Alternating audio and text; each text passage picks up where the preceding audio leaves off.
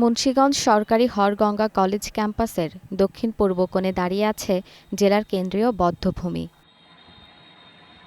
১৯৭১ সালের ৯ মে পাকিস্তানি হানাদার বাহিনী এখানে ক্যাম্প স্থাপন করে।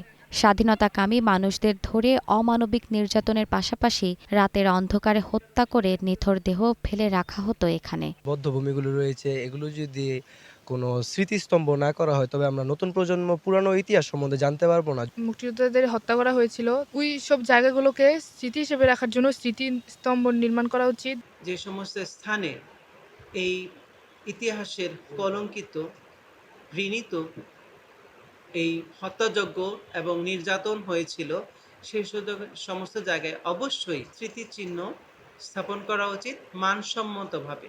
১৯৭১ সালে বুদ্ধিজীবী সহ অসংখ্য নিরীহ মানুষকে সাতানিখিল ও পাঁচঘড়িয়া কান্দিতে নির্মমভাবে হত্যা করা হয়। স্থানগুলো এখনও আনুষ্ঠানিকভাবে শনাক্ত হয়নি, নেই কোনো স্মৃতিফলক।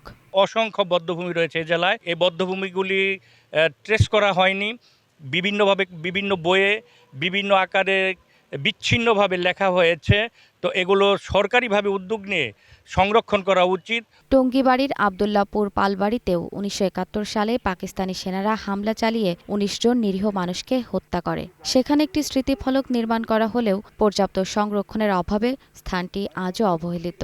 এই পুকুর পাড়ে প্রায় ২৫-২৬ জন লোক মারছে ব্রাশ ফায়ার করে।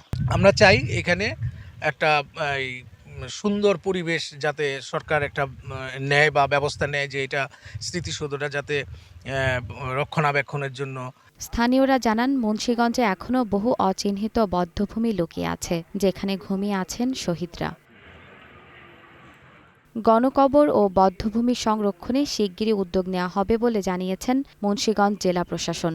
মুন্সিগঞ্জে যে মোট ৪টি বধ্যভূমি রয়েছে, এর মধ্যে ২টি সংস্কারের উদ্যোগ ইতিমধ্যে মুক্তিযুদ্ধ বিষয়ক মন্ত্রণালয়ের মাধ্যমে আমরা গ্রহণ করেছি এবং বাকি ২টির বিষয়ে আমি সরেজমিনে এলাকা পরিদর্শন করে জেলা প্রশাসনের মাধ্যমে আমি সংশ্লিষ্ট মন্ত্রণালয়কে অবহিত করে এই বধ্যভূমি সংরক্ষণের জন্য প্রয়োজনীয় কার্যক্রম আমি গ্রহণ করব।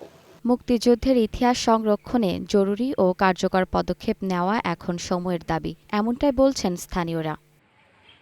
জেরিন জামান, গ্রিন নিউজ ডেস্ক।